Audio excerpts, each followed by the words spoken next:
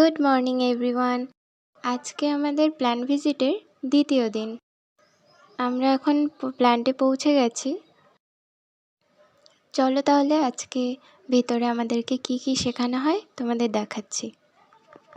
এখন আমাদেরকে নিয়ে এসে সুইচার্ড অ্যান্ড সাবস্টেশন কন্ট্রোল রুমের ভিতরে।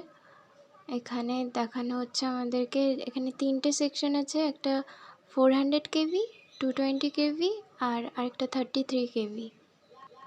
400 কেভি কানেক্টেড আছে আরামবাগ আর জিরাটের সাথে, আর 220 কেভি কানেক্টেড আছে সাতগাছিয়া, গোকর্ণা আর বিধাননগরে। আর একদম শেষে 33 কেভি যেগুলো কানেক্টেড আছে সিউড়ি, দুবরাজপুর, টিলপাড়া।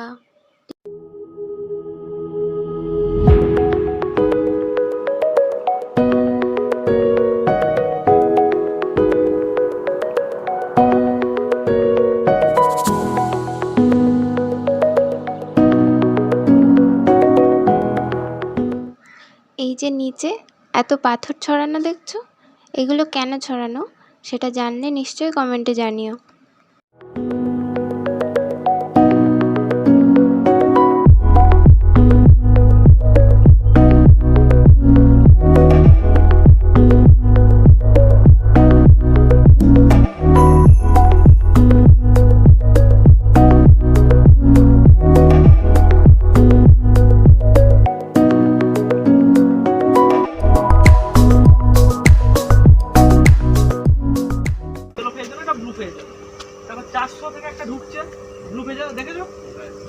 একটা 220 বেরিয়ে যাচ্ছে ওইদিকে, ঠিক আছে? মানে এই যে 400 এখান থেকে দেখো, ওইটাও তো 220 লাইন, ওই একটা তো 220 আর, ঠিক আছে? তোমার 220 থেকে একটা তার এসে দেখেছো 220 দিয়ে ঢুকছে আর এটাতে 400 দিয়ে বেরোচ্ছে। তাহলে কি বললাম যে যদি কোনো কারণে আমার দুটো ধরো ওখানে জেনারেটার আমার আউট মানে অফ আছে, সেক্ষেত্রে আমার 400 ব্যবসায় কী হয়ে যাচ্ছে, এই যে 220 করে আমার ইয়েটাকে চাচ্ছে। জাস্ট রিলাইবিলিটি এবং লোড ব্যালেন্সের জন্য আমার মিটার বা সাইকেল সমান এগুলো জন্য সিঙ্গেল ফাই অটো ট্রান্সফার, ঠিক আছে? 105 MVA রেটিং, 3টে ফেজের জন্য 3টে আছে, ঠিক আছে? হ্যাঁ 220 তো বাস আছে, 220 থেকে ধরো নিয়ে এসছে, 220 আর 400-র মধ্যে জাস্ট একটা ট্রান্সফরমার লাগানো আছে, বুঝতে পেরেছো? একদিকে 220 ভোল্ট,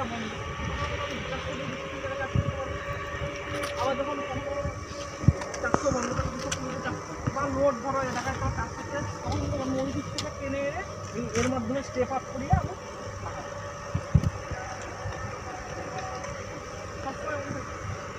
লোডটা ব্যালেন্স হচ্ছে,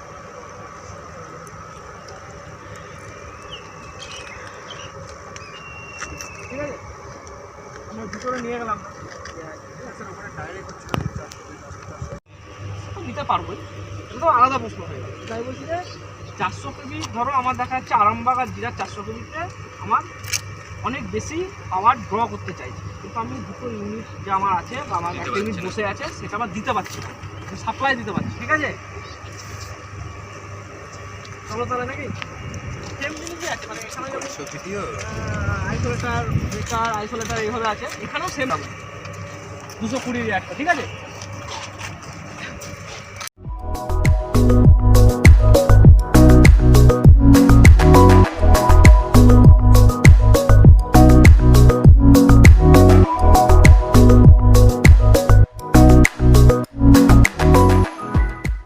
আজকে আমাদের প্ল্যান ভিজিট এই পর্যন্ত, আবার কাল হবে।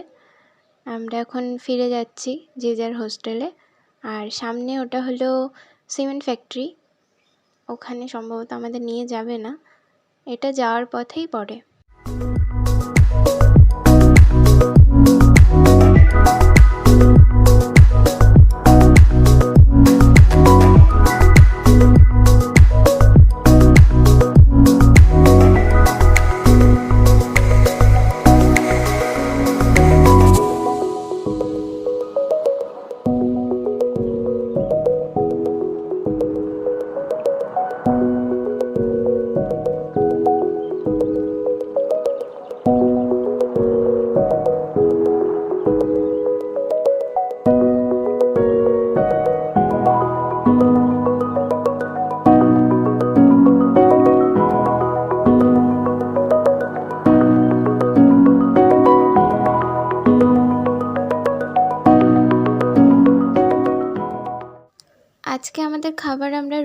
চলে এসেছি। আজকে মেনুতে ছিল একসাথে মিক্সড কোনো একটা সবজি রান্না ছিল, আলু মাখা ছিল আর ডাল। সেকেন্ড হাফে আমাদের লেকচার, আর এই টাইমটাতে এতটা ঘুম পেত কি বলবো, মানে খেয়ে এসে আমাদের লেকচার হতো। আর দুপুরের টাইম,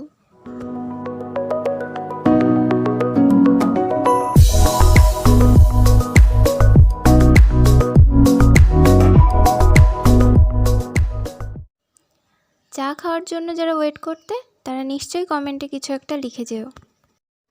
এত বড় আয়না, বাথরুমে তো কি হয়েছে, এত বড় আয়না আর ছবি তুলবো না তা কি হয়।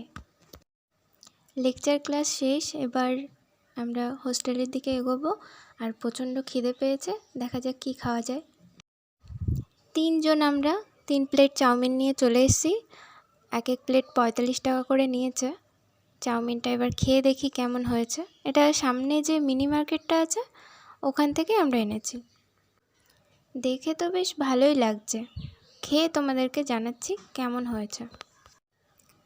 বলে রাখা ভালো, এখানে সব কিছুর দাম আমি আগেও বলেছিলাম বেশি আছে, কিন্তু কোয়ান্টিটি অনুযায়ী অনেকটাই দাম নিয়েছে মনে হলো যতটা। টেস্ট আমার অতটাও ভালো লাগেনি, বাট কি আর করার, এখানে অন্য কোথাও তো আর পাবো না। আজ এই পর্যন্ত, আবার অন্য একটি ভিডিও নিয়ে খুব তাড়াতাড়ি চলে আসবো।